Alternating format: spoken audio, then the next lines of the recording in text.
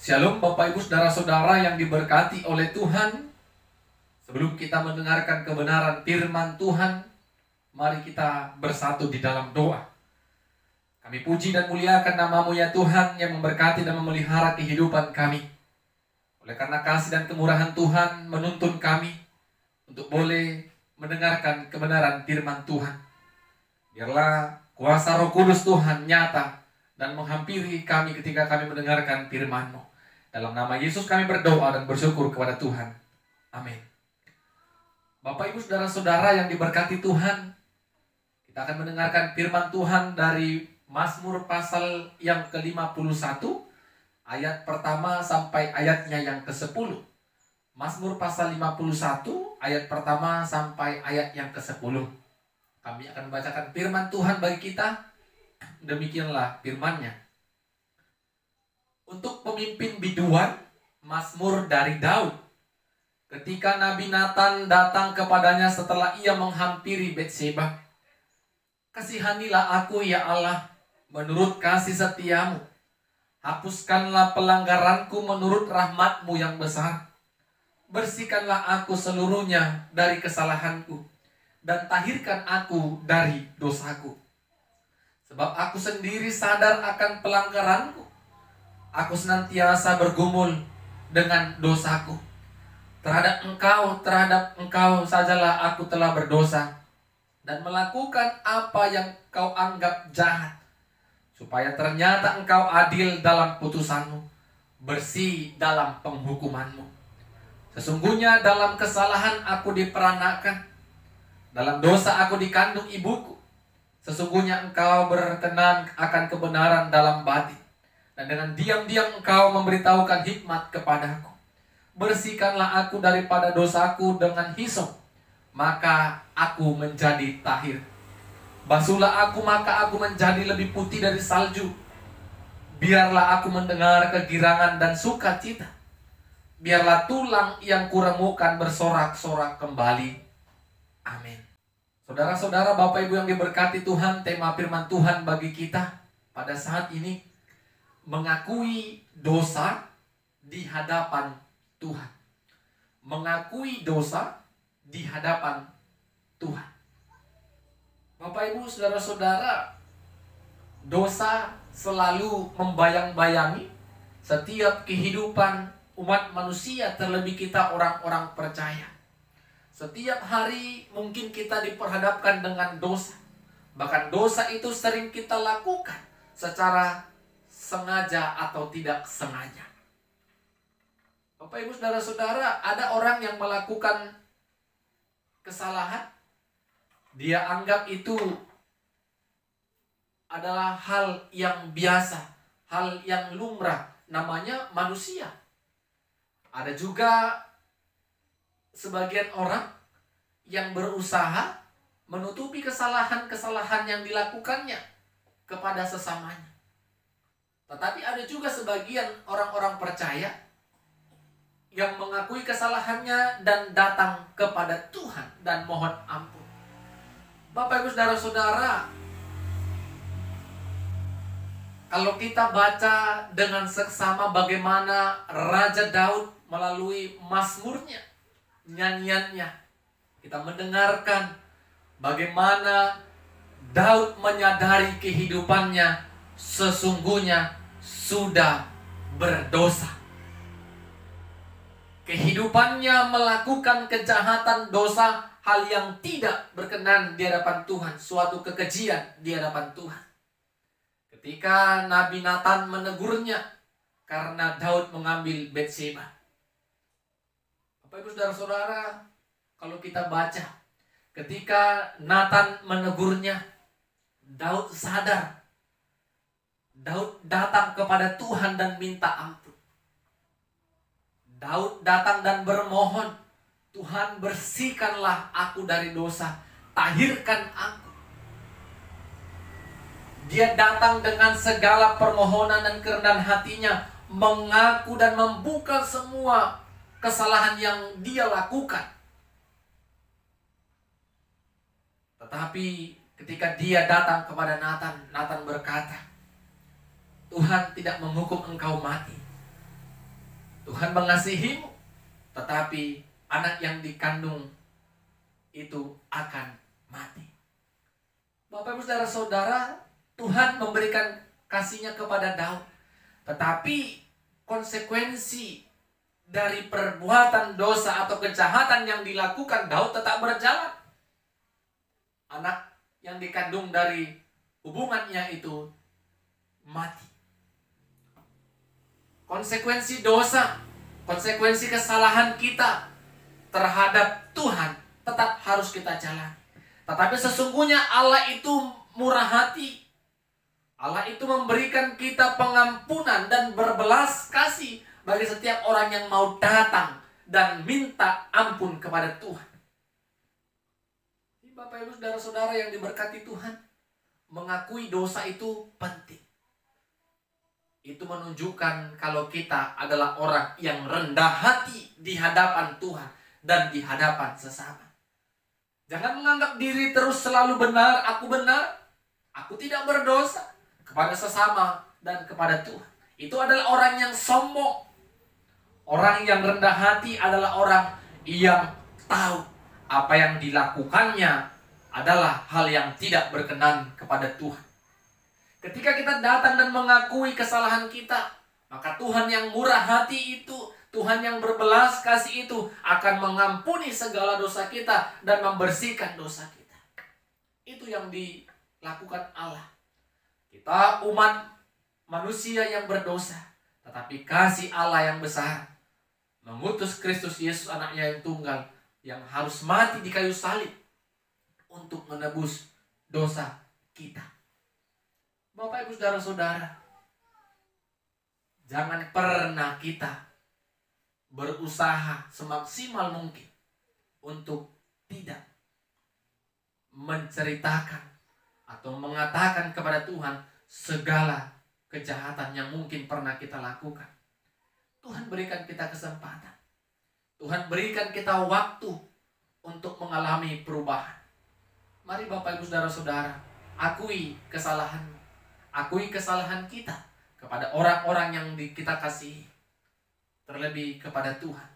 Karena itu menunjukkan kita adalah pribadi yang memiliki kepribadian yang rendah hati. Kita tidak mau menjadi pribadi yang sombong, yang terus mengatakan aku benar, aku tanpa ada kesalahan, aku tidak ada sedikit pun cacat dalam kehidupanku. Hal itu tidaklah berkenan di depan Tuhan. Daud yang begitu memiliki kesalahan yang besar dengan mengambil Batseba, istri dari Uria, dengan mengutus Uria untuk berperang dan berdiri di barisan yang paling depan, sehingga Uria mati, Batseba menjadi istri Daud. Itu adalah kekejian di mata Tuhan. Daud menyadari itu. Mari Bapak Ibu saudara-saudara, kita sadar akan kejahatan yang kita lakukan. Ketika kita sadar, kita minta ampun kepada Tuhan, agar Tuhan yang pemurah itu membersihkan kita dari dosa. Mari hidup rendah hati, mau mengakui diri kita. Kita punya keterbatasan dan kekurangan. Tuhan menolong kita. Amin. Kita berdoa. Terima kasih ya Tuhan buat kebenaran firman-Mu yang telah kami perdengarkan dan dengarkan bersama-sama. Kami percaya kami manusia yang lemah punya keterbatasan. Tapi dengan kuasa Roh Tuhan yang akan menolong kami untuk melakukan kebenaran firman Tuhan. Ajari kami untuk mau mengakui dan memiliki pribadi yang rendah hati. Mengakui dosa kami kepada sesama, terlebih kepada Tuhan. Sehingga Tuhan yang murah hati telah menebus dosa kami. Dalam nama Yesus kami berdoa dan bersyukur kepada Tuhan. Amin. Shalom, Tuhan Yesus memberkati kita semua. Shalom Bapak Ibu, saudara-saudara yang diberkati oleh Tuhan. Sebelum kita mendengarkan kebenaran firman Tuhan, mari kita bersatu di dalam doa. Bapa di dalam Yesus, terima kasih kami ucapkan kepada Tuhan. Kami bersyukur karena kasih dan kemurahan Tuhan yang boleh memberkati kehidupan kami. Kami rindu ketika kami mendengarkan kebenaran firman Tuhan. Hati dan pikiran kami dikuasai dengan kuasa Roh Kudus Tuhan. Berkati hati kami, agar hati kami tertuju kepada kebenaran firman-Mu. Dalam nama Yesus kami berdoa dan bersyukur pada Tuhan. Amin.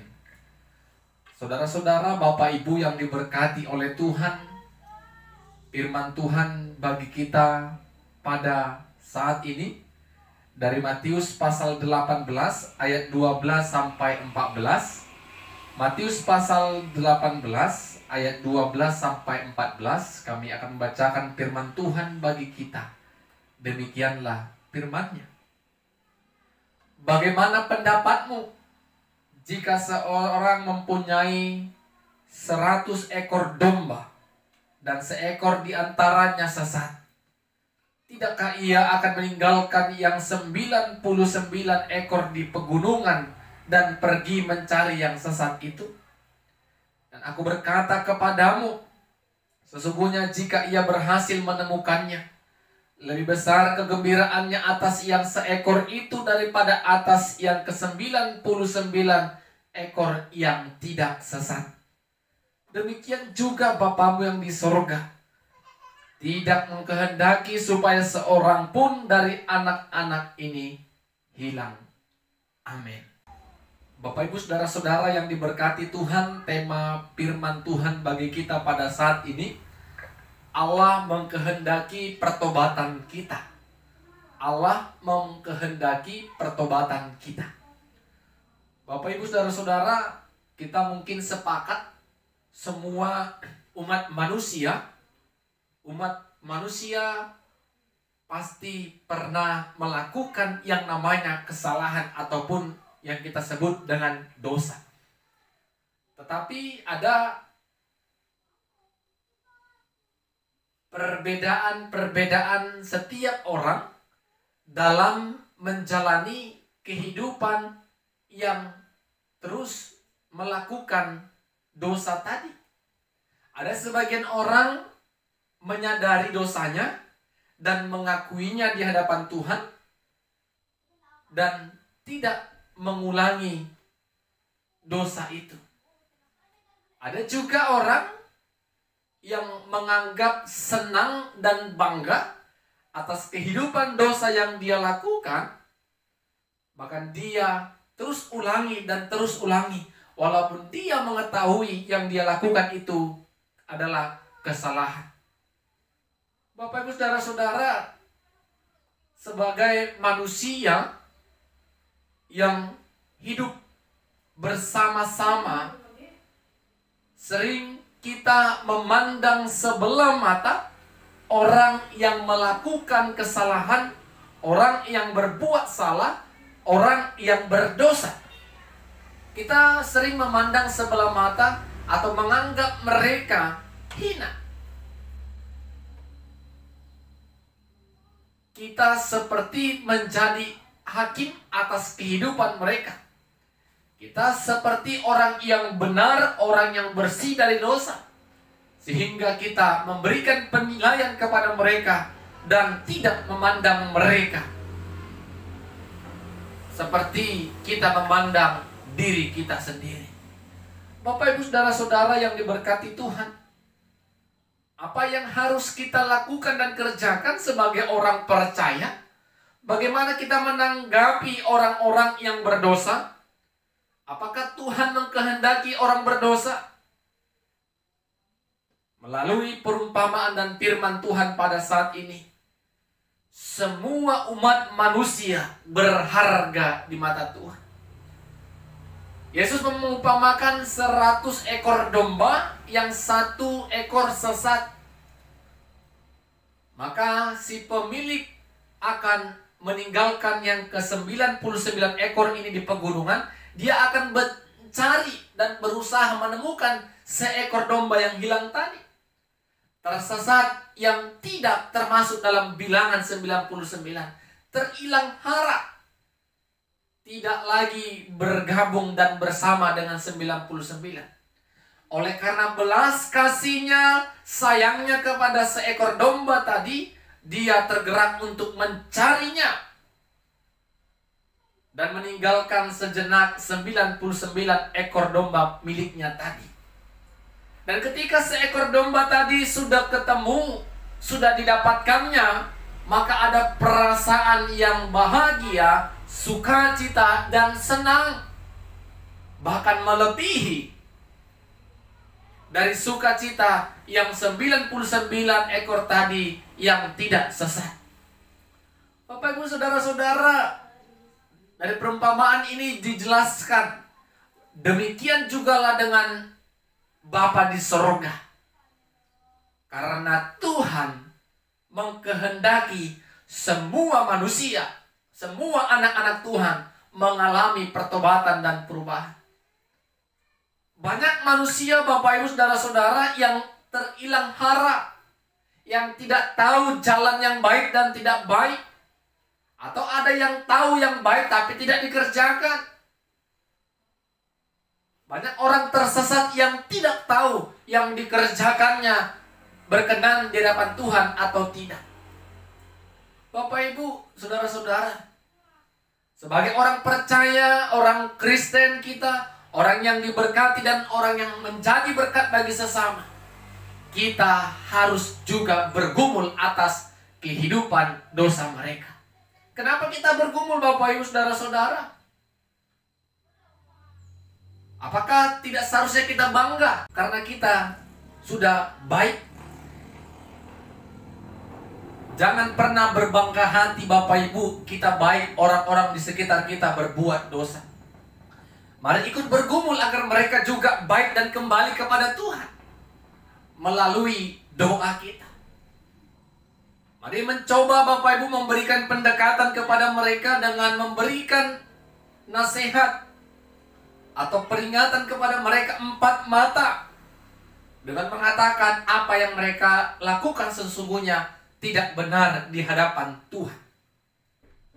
Kita gumulkan kehidupan mereka. Kita mau semua kita umat manusia bersama-sama dengan Tuhan dan kembali kepada Tuhan. Karena itulah yang dikehendaki oleh Tuhan. Bapak Ibu Saudara-saudara, Tuhan rindu dan mengharapkan, bahkan mengkehendaki semua kita anak-anaknya tidak ada yang tersesat. Mungkin saya yang tersesat, mungkin Bapak Ibu Saudara-saudara, bahkan keluarga kita yang sedang tersesat. Tetapi ada kalanya Tuhan menuntun kita, mengingatkan kita melalui orang-orang yang ada di sekitar kita. Baik itu melalui pelayan gereja, melalui kebenaran firman Tuhan yang mungkin kita dengarkan, melalui orang-orang yang kita kasihi. Ketika kita ditegur dan diingatkan, kita harus bersyukur dan berbangga hati. Kalau orang-orang di sekeliling kita masih memiliki rasa kasih sayang kepada kita. Kita ingat, Bapak Ibu Saudara-saudara, mungkin kita yang tersesat. Mungkin kita merasa sudah benar, tetapi melalui cerminan firman Tuhan kita salah. Mari berbalik kepada Tuhan. Dengarkan suara Tuhan yang memanggil kita, yang merindukan kita untuk kembali kepada kawanan-kawanan domba yang tidak tersesat. Jadi Bapak Ibu Saudara-saudara, serukan pertobatan. Serukan pertobatan kepada orang-orang yang mungkin ada di sekitar kita yang tidak berbuat sesuai dengan kehendak Tuhan. Jangan pernah bosan-bosannya untuk terus mengingatkan dan menegurnya di dalam kasih yang daripada Tuhan. Tuhan ingin kita bertobat. Melalui pertolongan Roh Tuhan, kita dimampukan untuk meninggalkan segala perbuatan-perbuatan yang tidak berkenan di hadapan Tuhan. Amin. Kita berdoa.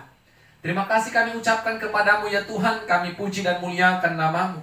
Kami bersyukur firman-Mu mengingatkan kami. Kami bersyukur dan bangga kalau Tuhan mengkehendaki pertobatan kami. Ketika kami tersesat, hilang arah, ajari kami dan ingatkan kami kuasa Roh Tuhan menjamah hati kami, sehingga kami boleh kembali dan berpaling kepada Tuhan dan melakukan kebenaran firman-Mu.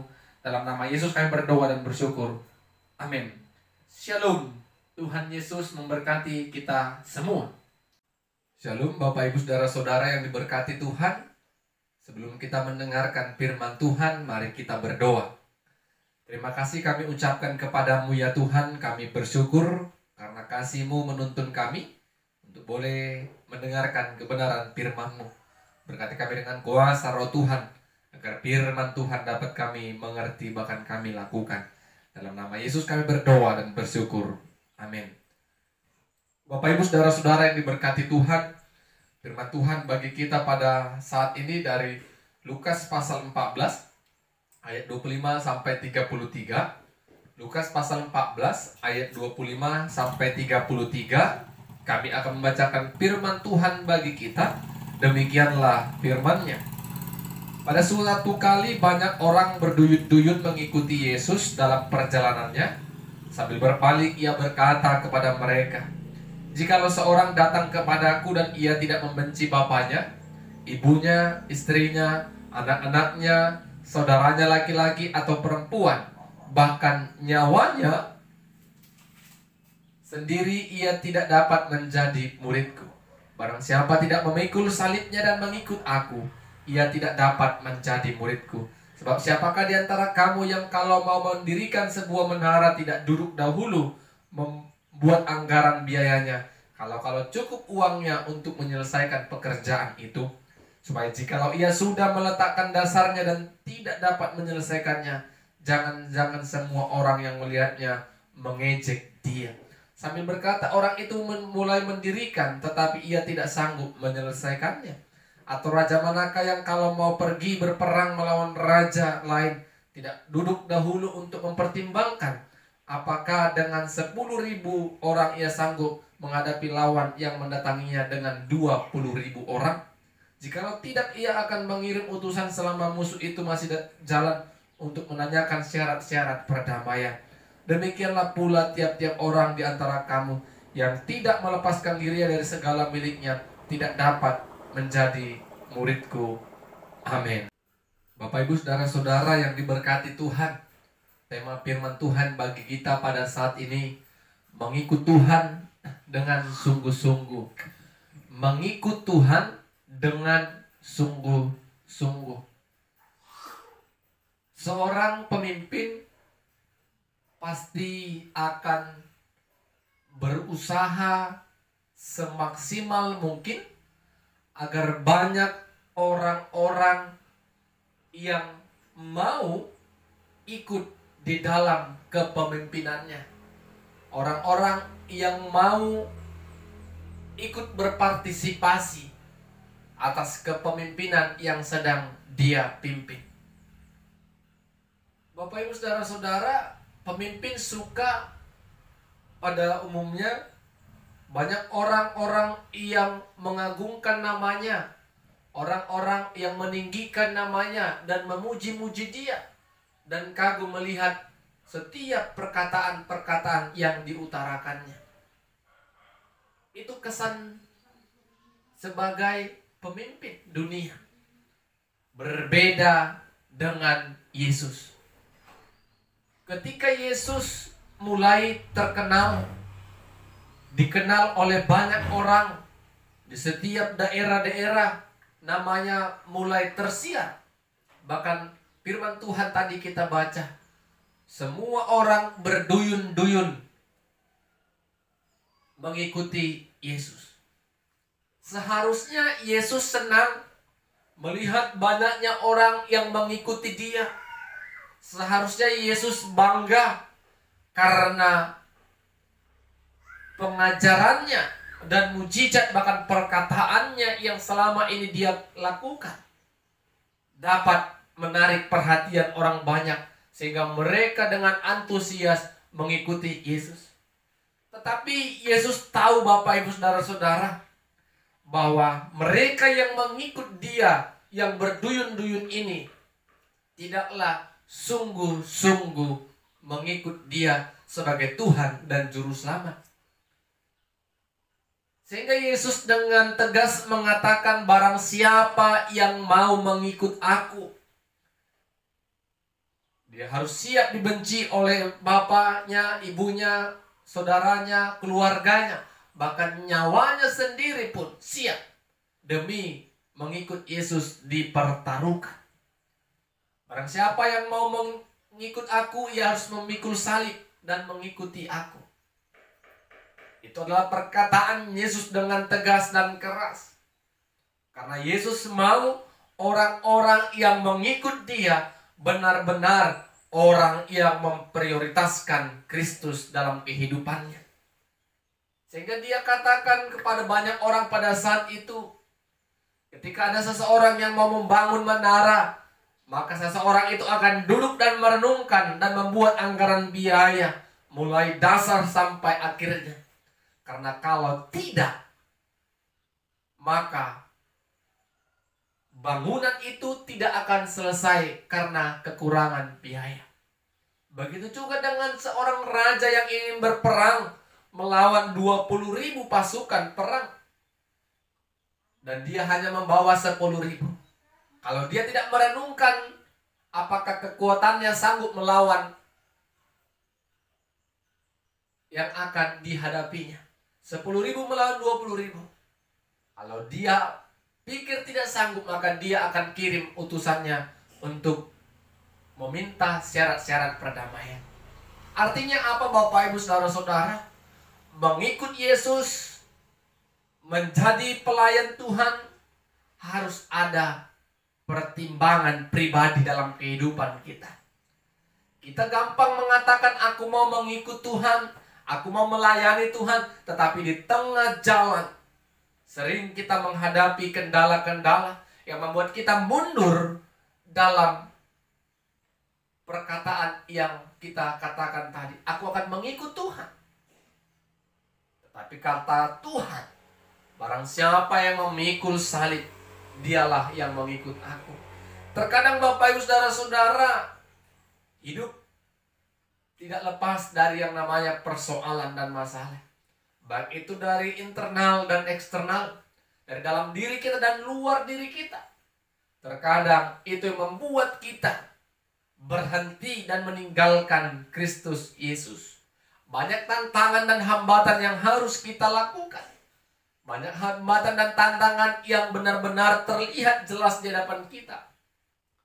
Tetapi kembali Yesus mau katakan, Yesus mau pengikut-pengikut dia adalah orang-orang yang sungguh-sungguh memberikan hatinya dan imannya tertuju kepada Kristus sebagai Tuhan dan Juru Selamat. Bapak Ibu Saudara-saudara, kita merenungkan, mengikut Tuhan adalah bagian dari hidupku. Percaya kepada Kristus adalah bagian hidupku. Jadi apapun yang terjadi di hadapan kita, itu tidak menjadi tantangan atau hambatan bagi kita untuk setia kepada Dia, untuk setia mengikut Tuhan. Mari Bapak Ibu Saudara-saudara, kita merenungkan seperti seorang yang membangun menara tadi. Kita merenungkan seperti raja yang mau berperang tadi. Merenungkan, apakah saya bisa mengikut Tuhan? Pasti kita semua bisa kalau ada kemauan. Karena Tuhan menolong kita di tengah-tengah banyaknya tantangan yang harus kita hadapi. Jangan pernah andalkan diri kita untuk menghadapi kehidupan ini, tapi andalkan Tuhan yang ikut campur tangan di dalam kehidupan kita. Amin, kita berdoa. Tuhan, terima kasih firman-Mu mengingatkan kami kembali untuk menjadi pengikut Tuhan yang sungguh-sungguh. Ajari kami untuk setia mengikut Tuhan. Kami dapat bertahan dalam setiap persoalan dan pergumulan kehidupan kami. Tuhan menolong kami. Dalam nama Yesus kami berdoa dan bersyukur. Amin. Shalom, Tuhan Yesus memberkati kita semua.